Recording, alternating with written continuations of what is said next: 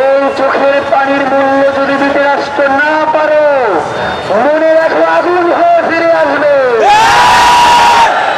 আমরা কাউকে ছেড়ে দেওয়ার জন্য এখানে বসি নাই। সুন্দর সুন্দর কথায় আমাদেরকে ভোলানো যাবে না। একমাত্র তোমরা আমাদেরকে এইখান থেকে কোন পদ্ধতিতে সরাইতে পারো সেটা আমরা বলে দেই। তোমরা খুনিকে গ্রেফতার করো, বিচার নিশ্চিত করো, আমরা একজনও এখানে থাকবো না। কিন্তু আমাদেরকে বুঝিয়ে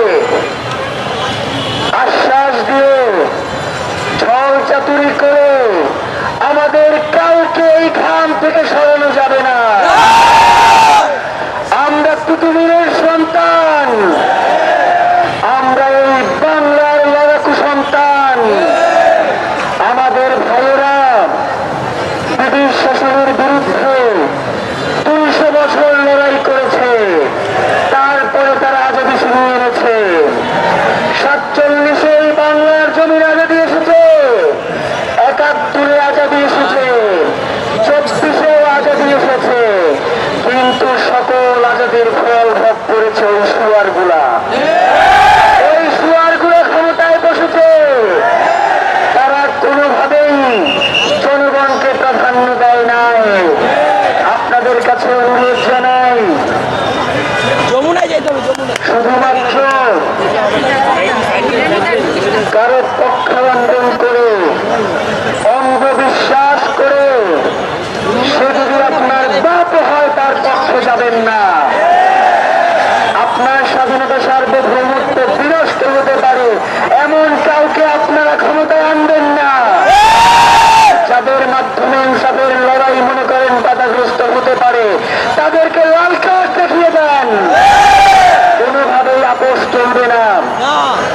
বিএনপি, জামাত, এনসিপি সহ সকল রাজনৈতিক দলকে আমরা অনুরোধ জানাই, ইনকিলাব মঞ্চের ওসমান হাদির বিচার নিশ্চিত করার দায়িত্ব কি শুধুমাত্র এই জনগণের?